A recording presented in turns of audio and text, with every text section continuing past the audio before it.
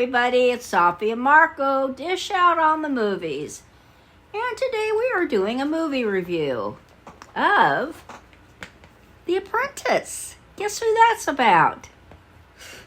But it's not about The Apprentice. Is it about you? It's about Donald Trump. Is it about you? So anyway, I'll let Marco. I guess after all this litigation and attempts to stop the release of this movie, it did get released. And I won't say anything about that. But anyway, so we decided to see it. And I basically, right now, just on the face of it, I thought it was very depressing. And for weird reasons. And it's not... I don't like him. I wouldn't vote for him for dog catcher or any other office. But why? It wasn't as depressing about him as it was depressing for this Roy Cohn, who's a despicable character in American history. But still, I couldn't believe it. I would never have expected the things that I learned and to make me have this feeling. And also, Ivana, his first wife? Yeah. And I believe, she passed away, and they buried her out on his Mar-a-Lago golf course with no marker. And I think that's another thing that was depressing. They didn't show any of that because in the movie, at the end, she wasn't dead yet. She was perfectly alive. But, I'm just thinking about the treatment of just her. She's the mother of at least two of his children. Or I don't know, I guess she's Ivanka's mother too. All three. And to get that kind of treatment, I can't. Maybe when he dies, his children will at least put a marker on a grave or something. Because I can't imagine that they would... I don't know. I just can't imagine that they wouldn't do that. But maybe they would. I don't know. But it's very... I thought it was depressing, the movie. But anyway, go ahead, Marco. You can... I don't even know how to review it. What kind of review to give it. And while you talk, I'll try to think of something. Because it just left an empty... I just felt empty and depressed seeing the movie. So... Well, I thought that it was a surprising movie because it felt like I don't know, like it felt like it was going to be some kind of like a caricaturistic cartoon, like a cartoonish, like kind of, I don't know, like over the top, like it wasn't really like that at all. It was a lot more like grounded, and it was a story about characters. It was a very well done character study of these two characters. Yeah. And it starts off in a very different way than how it ends, because it starts off in a way where it's kind of like I don't know, like an entrepreneurial kind of story. I don't think it's a very inspiring story. No, not at all. But it's like a villain origin story, and then by the end of the movie it turns into a horror movie, like a real horror movie. And the only thing that I didn't like about it was there's a scene in the movie involving sexual assault that never happened in real life. No, I don't know about that. I've heard about never that. happened. Well, I've heard about never it. Never happened. I don't know. And so I felt like that shouldn't have been included in the movie. Other than that, I feel like the movie is a really well done movie because, like, we saw that Vice movie a couple of years ago about Dick Cheney, which I think that movie was what I expected this movie to be. Oh. Because that movie was a very over-the-top, yes, it was. cartoonish movie. Yes, it was. It was heavily politically biased, so much so and Safi won't believe this, the guy who made that movie, he admitted in interviews that he was heavily biased towards the Democratic Party, and that he did not criticize them enough, and he should have criticized them for helping to start the Iraq War, which they did. And he should have criticized them just as much as he criticized the Republicans in that movie. And so, but this movie is what I expected Vice to be. And actually, I'm kind of glad that Vice wasn't like this, because it would have been way too scary. I don't think it would have worked anyway. And different person, different circumstances. But I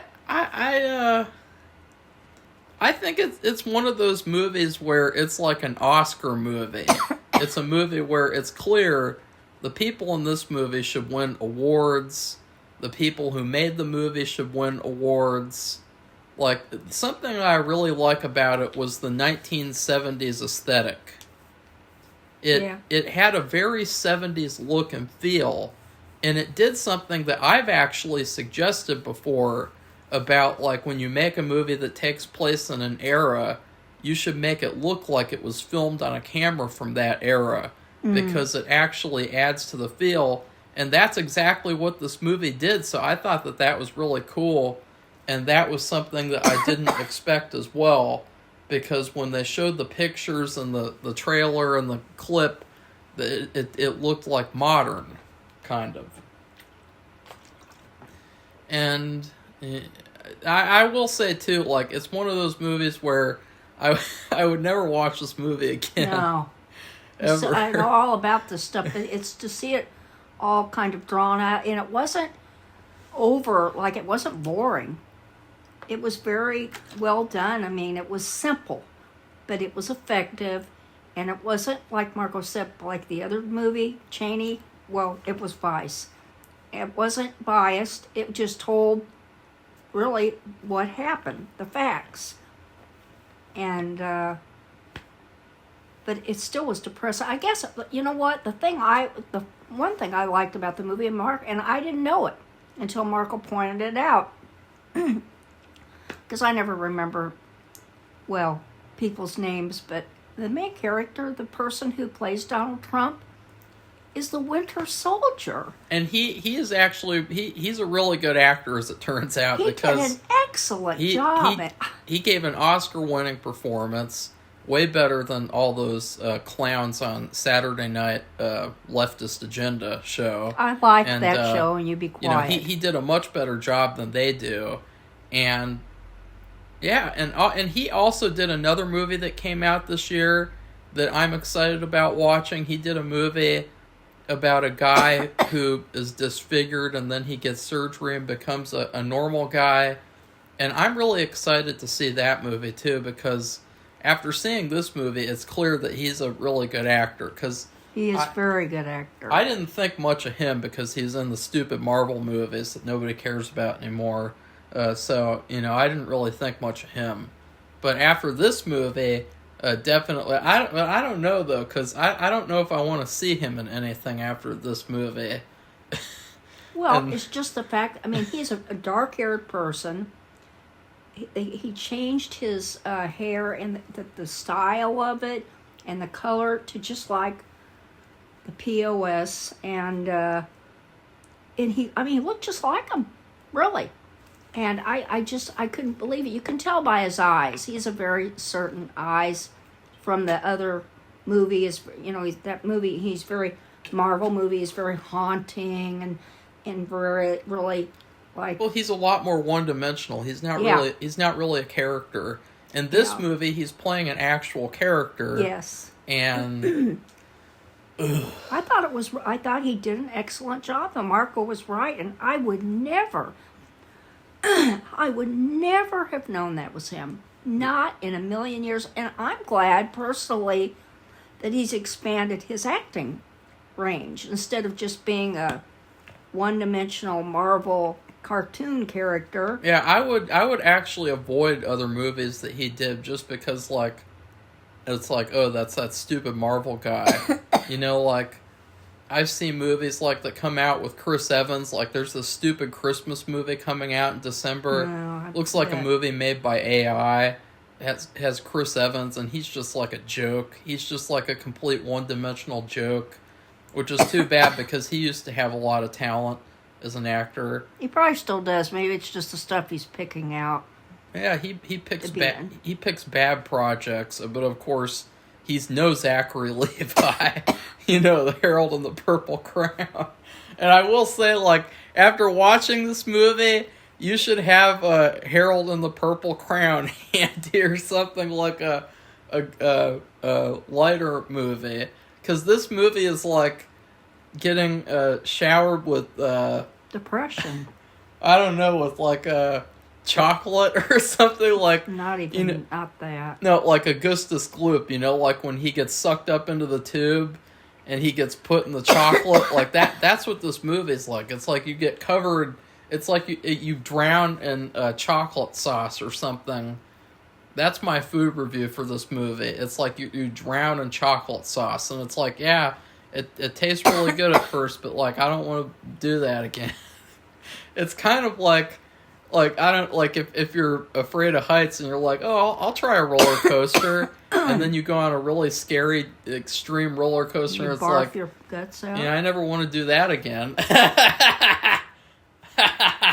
Like, well, it's just and I wasn't really sure if I would learn anything. And one thing too, it's the title is deceiving. There is not one little thing about The Apprentice, even though I'm sure it's not a deceiving title, Safi. It's a reference. It's a reference to his being an apprentice to Roy Cohn, and that was the other thing. It's a reference to the show, but it's a correct title for him being the apprentice of that guy, of that lawyer. And Roy. We have heard all about him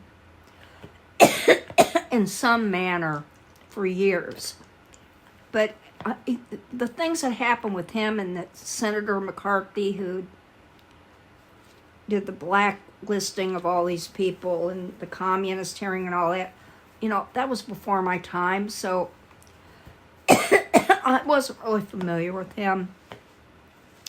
So, but really, if you're to believe this movie, he taught him everything he knew. Because he there's phrases he would repeat in the movie that you see now, him acting upon those and saying those phrases. What kills me, though, in the movie, I don't think he ever admitted in the end that that Roy Cohn was such an influence on him. So, sorry. Go ahead. Yeah, Safi's currently dying of AIDS on camera. No, I'm not. That was another thing. He was gay, and he died of AIDS. That's all Safi thinks about with this character. She can't really comprehend anything else with that character. I was shocked because Donald Trump is a germaphobe. Everybody knows that. Yeah, well, I enjoyed the Roy performance a lot more because I felt like there was a little bit of a lightheartedness. There was a little bit of a lightheartedness with the Trump character as well. In fact, I would say my favorite scene of the movie... Safi, shut up. I would say my favorite scene of the movie was when he was having a doctor's appointment and he was just complaining to the doctor about how he was getting really fat. Yeah. And he was saying all this... Sorry. That'll help me not cough. He was saying all these things that were just complete BS, like your body is like a battery and it just runs out of energy, so you have to feed it food. And the doctor was like, have you tried exercise? And he's like, no. And I felt like, I wish that they inserted a couple of more moments throughout the movie like that. Or like, there was also a part where his wife told him that to look in the mirror because his face looks like an orange. And I wish they had a couple more moments like that because the movie overall was very dark. and dour, and it didn't have a lot of moments like that. So it's one of those things where this is going to be a movie that not a lot of people like and not a lot of people want to see because it's just so dark and so dour. Well, and I don't think people are in the mood to see it right now. I mean, people are sick of it. People want the election. I mean, they're afraid about what's going to happen, but still, I don't think it has anything to do with the election because I do. This is like a separate thing because this is like the start of his career and showing him as a bad businessman and not necessarily the president. The one thing that I didn't like, or the one thing I would criticize, is that at the beginning of the movie, they showed Nixon doing his "I'm not a crook" speech, which basically there's this thing in the movie where Roy tells him never to admit defeat, and at the end of the movie, Roy never admits to any sort of defeat either. He never admits he has AIDS. He never admits he's gay. He never admits that Trump is a terrible person in front of all these other people at the end. No. And then he dies. Spoiler alert. Even though it happened in real life. But they know he died. It was like they were trying to create like a parallel to him, to Trump not admitting defeat in certain cases, but it didn't work at all because the Nixon thing at the beginning, I mean, Nixon resigned. So he did admit defeat. So I don't understand why they would show that as if they're implying that Nixon never did admit defeat and resign. Because he did. So it was kind of like a false impression that they gave at the beginning, like, oh, there's all these people who never admit defeat, and it's like, that's not true. I guess another thing that mystifies me, I've never, ever, ever, ever heard this. But, Nixon had tapes. We all know about that. And, like, there was this missing moment, so many minutes in this tape. And supposedly his secretary, deleted it or whatever she did. And, but what the news was about him, that he had taped everything that went on in the Oval Office, I guess. And so that was eventually turned over, and that was part of his demise. You could hear him cussing and all the stuff that he never did in public. And, but the thing is... no president has ever sworn before. I know Nixon. That, but they try not to do stuff like that in public. Why? But anyway, I don't know, just because it's not presidential. But of course, Trump's been doing it. In your opinion. No, that's what it is. In your opinion. Okay, Marco, that's just the way it's been, though. Whatever the reason. Okay, so anyway, the thing about Roy Cohn, though, is he taped all this stuff. He had all this dirt on people. And when Trump was rising through his career and he was helping him, he was able to get these tax abatements where he would get these multi-million-dollar deals with New York City, and they would let him do it tax-free because the people that they had to convince were people that Roy Cohn had tapes of, talking about something they did or just doing something wrong or who knows what. And I have never heard of... Now see, we say Trump is his apprentice, so to speak, but I've never heard of anything that he has done in terms of taping people saying something or doing something. So I don't know about that part. I guess he didn't take inspiration from Roy. Well, I'm gonna look that part up about Roy Cohn and just say, is it true he did these tapes? Because he had like a whole library. He had like a spy headquarters, like out of a secret spy movie. And I also think the funny thing is that we just reviewed the Penguin, and all these people said like, oh, you're not allowed to like Oswald Cobblepot anymore.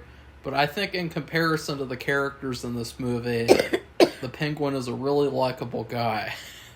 Yeah. He's a hero, and I'm rooting for the Penguin to kill everyone. So I'll say that right now, like, because, like, I don't know, like, the Penguin's much more likable. Right, Safi? Would you agree with that, or do you think? Oh no. I agree. Do you think that Trump's more likable? Oh, for God's sakes, no. But he ripped off, and Roy Cohn did too. See, he learned everything he says, everything is attributed to him, Roy Cohn. I mean, I didn't realize how much of an effect he had on him. But that's why I don't understand. He said and did all this shady and illegal stuff, but the taping is another story. I don't, and since he did everything else, I'm surprised he hasn't done, or we don't know about, I've never heard it, taping. So, there was a thing with Michael Cohen and the tape, but I think that was Michael Cohen maybe taping something on his phone when they had this conversation. Sophie, don't do that. Well, I know that, but that surprises me. Do you need that to take a nap? Taping. Do you need to take Cut a nap? It out. Don't God, Sophie just hit me. Ow! Ow, it hurts! Ow! Do that. So anyway, Look, my cat just woke up and he was like, "What the fuck?" Anyway, I'm just surprised he did all this other stuff, but this one thing he didn't do. And I mean, he had all these people, like all these famous, very notable people in New York City, and he had and it was all like alphabetized, and each one there was a tape. He says, "Oh yeah, I have something on that person." So you'll get your tax abatement. So anyway, I was just amazed. But I guess... So, Safi, after watching this movie, are you inspired? I don't know what I'm inspired to. I guess I'm glad I saw it. At first I thought, I'm not really in the mood for this. I voted, and I was scared. After you watch the movie, you'll never be in the mood for it again. No, but I was happy to see that guy who plays a Winter Soldier is such a good actor, and that he could diversify and he could go out beyond Marvel. Yeah. He's already done that, though. He's already done that. This is all I know about, but he did an excellent job. You don't really know things, Safi. Oh, Marco, shush up. You don't really know about actors and actresses or anything. I mean, Well, I'm not going to pay attention to all that stuff. I have other things to think about. But you see movies on streaming services, and you should see him in some movies. Like, there was one movie that I saw that came out on Hulu a couple of years ago. It was some kind of weird movie about a girl who got taken hostage, and this guy was like a cannibal, and it had him in it. It was called like Fresh or something, and I wasn't gonna watch it because I was like, I don't want to see that stupid Marvel guy, which I don't know now even if I want to watch it or anything else that he's in, because it's like a. I don't know, because I don't know. It was a big surprise. Yeah. And really, that's putting it mildly. Well, I guess there's a lot of surprises. I guess if you just sit down and think, even though it was so. No, I wouldn't recommend to watch the movie unless. Well, you have to be in the mood. You're in the mood, or it's not boring. Or you like these types of movies. It's very simple, dark and depressing and downbeat. And I also felt sorry for Ivana. I didn't think at all about her, but I mean, they really showed. I didn't, because this is kind of like a stereotype. You have these European gold diggers, and they get themselves into these type of situations. I mean, what did she expect? Like, seriously, like, she wants to live the high life, and that's what you get. that's the price you pay. I guess so, but yeah. I feel bad for her as the mother of her 3 children. I don't. That she's buried in the middle of a golf course. And that was another thing. I don't remember them mentioning anything about the golf.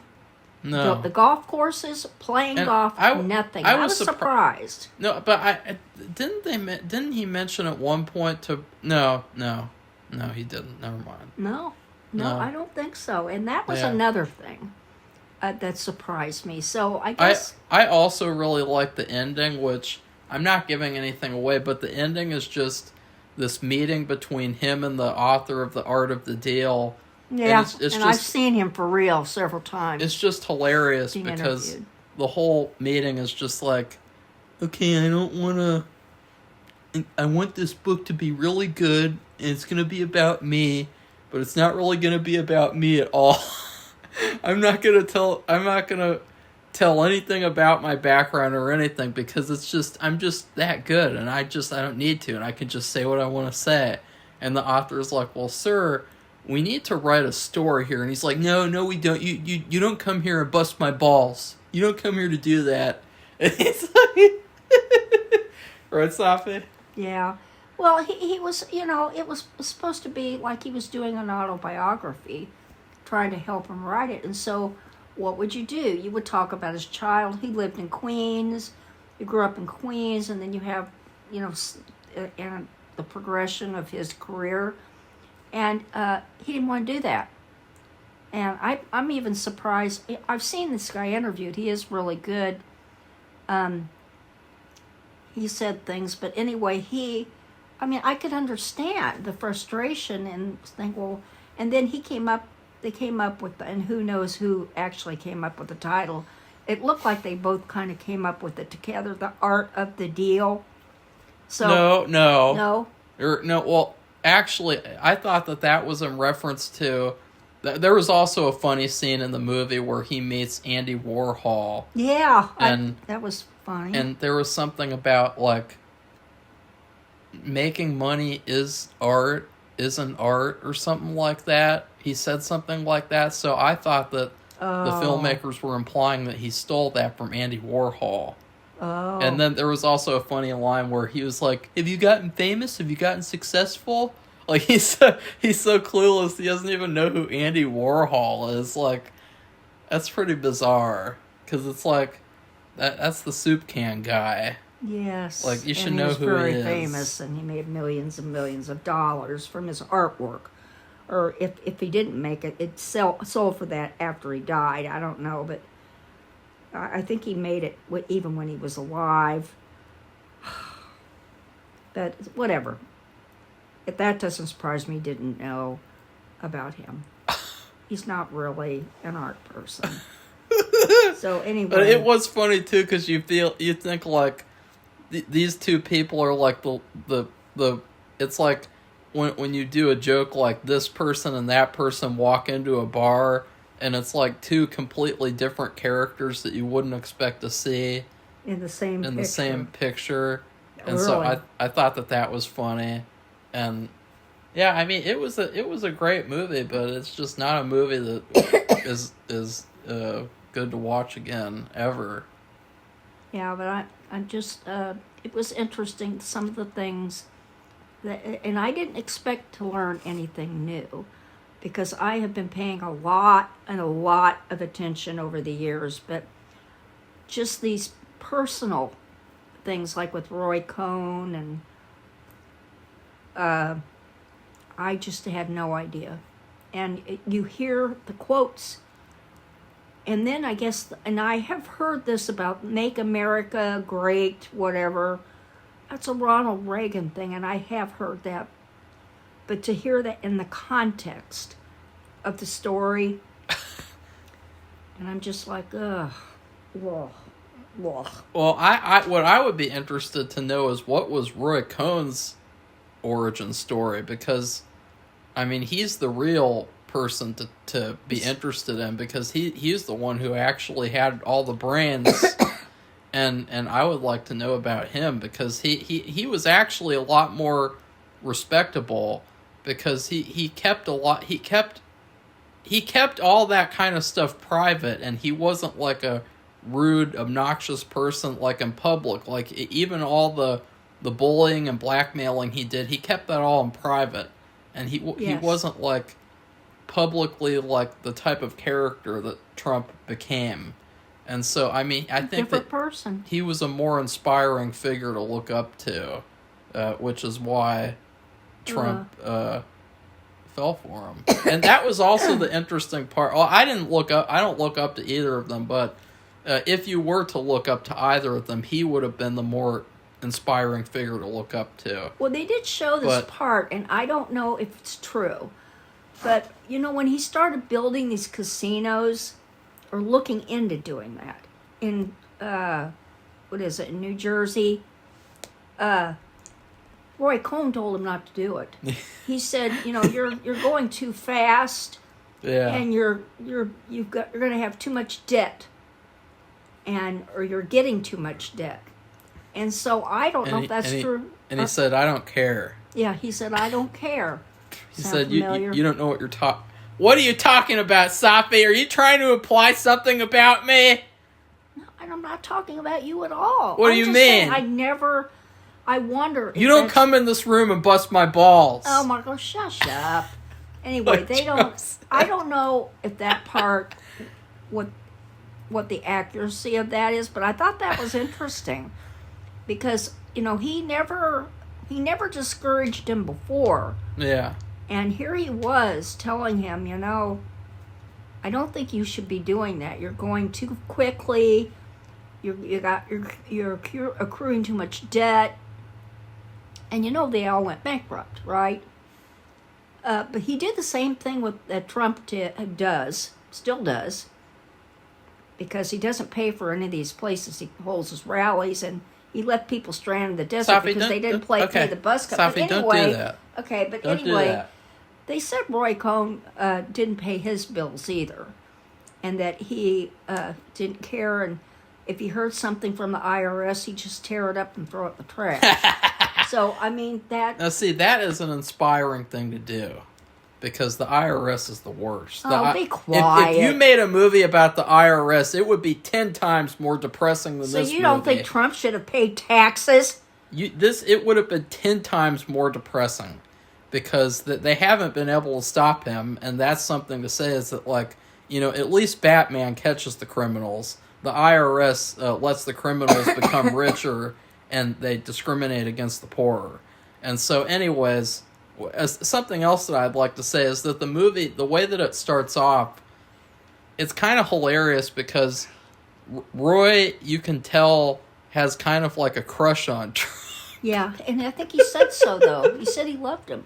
Yeah, it was just funny because it's like, that Trump didn't have, he wasn't gay or anything. And so it was this kind of like sad but kind of funny thing of where this whole relationship between them was basically Roy trying to get into his pants. And that's why he helped him become the man that he became, is because he wanted to get into his pants. I don't know if I agree with that. Really, Safi? Yes, really. Really? Yes, really. Oh, God. But don't be so loud. Well, it's not. just bullshit, Safi. You can tell the movie. You can tell. What other motivation would he have to help this random guy? More power, because he had been indicted by the time he met him 3 times. He wanted to get in bed with him, and that was clear from the very beginning. The first shots of them, he's staring at Trump the way that you see in those teenage high school movies, and you have the part where the kid is looking at the girl he has a crush on, and the camera goes into slow motion and everything. That's what was happening in the beginning of this movie. That was the first shot of him in the movie, Safi, remember? Mm-hmm. Him staring at him like he really wants him. And he did. And Trump was like, no. And so, yeah. Well, whatever. I already gave my food review, Safi. What's your food review? Is it a pile of shit? No.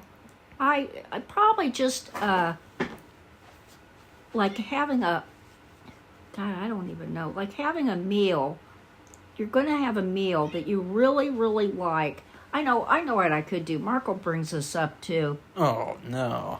Last year, we were supposed to have ribs, what was for 4th of July. And we have these things that come in the summer, and they're just now going away, finally. I've been dealing with them every day for multiple times a day. No matter how much I clean. Yeah. I call them counter bugs. I think we should call them the piss ants. Whatever, but they're not ants. I don't believe they look like ants, though. They look real like tiny. These miniature ants. And they have been popping up over and over. And no matter how much I clean everything. I do all the dishes. I bag everything up. The peanut butter has to be bagged up tightly. The bread, they get into everything. Anyway, they love peanut butter. They love nuts, especially, and they started to like. At the end here, we had really cold weather, so they're kind of like Roy. They like wood.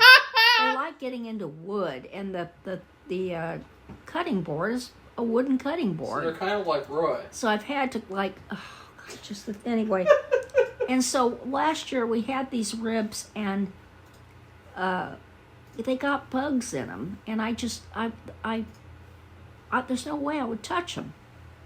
And because you just can't be careless with them around. They'll get into whatever's presented to them, I should say. And so I would just say, this movie is kind of like you're going to have a really good meal that you don't, very rarely do we have. I don't think we've had ribs this year, actually. No. And I'd like to have ribs. Yeah. Anyway, so I'll make ribs right now. No, we're having leftover Chinese food. So anyway, whatever you're going to have that you really are looking forward to, it gets kind of ruined and you wouldn't eat it. Yeah. And it's not that I thought the movie was, it did a good job. And I discovered things I didn't know before. I'm going to have to look some of them up. I've already looked up the one thing because in the movie, Roy Cohn says he has liver cancer because even Trump thought he had AIDS, and because his partner died and of AIDS. So, of course, but he doesn't really know. In fact, he asked the doctor how you get AIDS. He didn't even know, which is something he should have known, and it was all the news. The doctor that Trump asked? Yes, asked. He did know how they got it. No, the doctor knew. He said. Trump didn't know. Well, why would he know? So anyway, how would he know that? The thing is, I found out also that the actor did an excellent job, I thought, and it wasn't boring.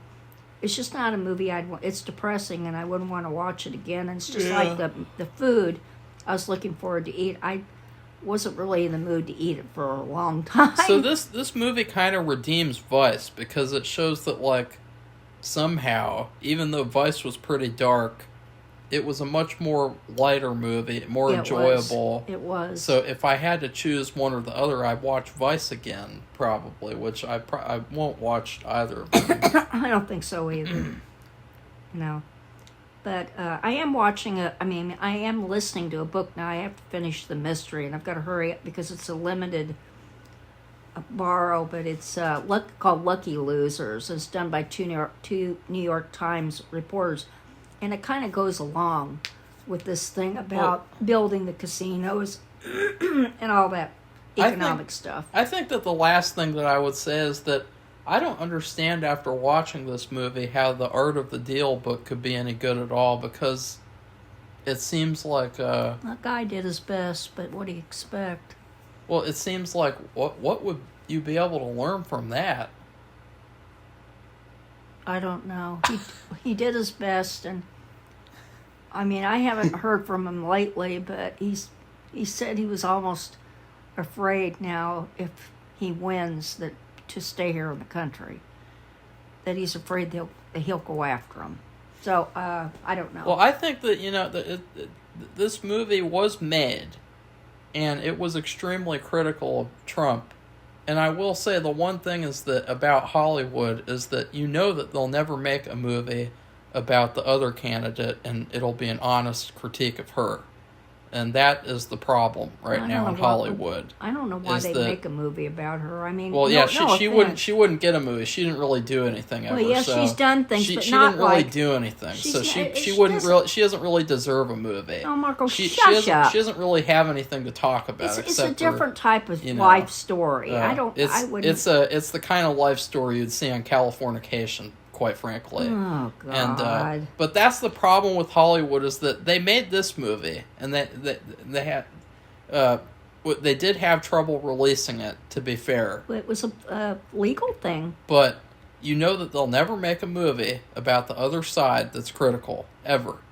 They'll never make a movie about Obama that's critical. They'll never make a movie about Joe Biden that's critical. And so that is something to say, is that, like, I guess it's because, like, if the American people saw movies that were unbiased about all these different horrible presidents, that they wouldn't want to vote for either party anymore, and there wouldn't be this terrible two-party system that just has ruined America. So that's the quandary that Hollywood has, is that they don't want the American people to wake up. Well, I don't think I don't think they're very saleable. Like you just told me that nobody is going to see this movie. Yeah, because it's just like people don't want to hear about it anymore. Well, they're tired of these people. They're tired of it. I understand that. The left wing news media, Marco, talk shut about up. him. Talk about him all day if long. Anything he says, he's bullshitting too. They talk about him more than Fox News talks about him. I don't know about that. Do you watch Fox? They have promoted fake news? They have promoted him so much that they have practically given him an entire campaign all for him. Because all they do is talk about him. Okay, Marco's, they never stop talking about him. Even Safi off camera never stops talking about him. And what I would recommend to people is, instead of watching this movie, there's a really good Simpsons Treehouse of Horror episode called Citizen Kang, and it's all about these aliens kidnap both presidential candidates, and they take their places. And even after it's revealed they're aliens, the American people are so stupid that they still vote for them, because they have to vote for Democrat or Republican. They won't vote for a third party. They won't vote for a candidate with actual good morals and good stances on issues. They'll only vote for one of the two parties. Okay, let's finish it up. That episode is what you should watch instead of this movie, because it's a lot more informative. Well, I don't know. If you want to see this guy who was the Winter Soldier go beyond his horizons with acting, then I would suggest you, because you won't if you just first go get a picture, look up the Winter Soldier, see what he looked like, and then look at least the picture of what he looks like in this movie, and you'll be shocked.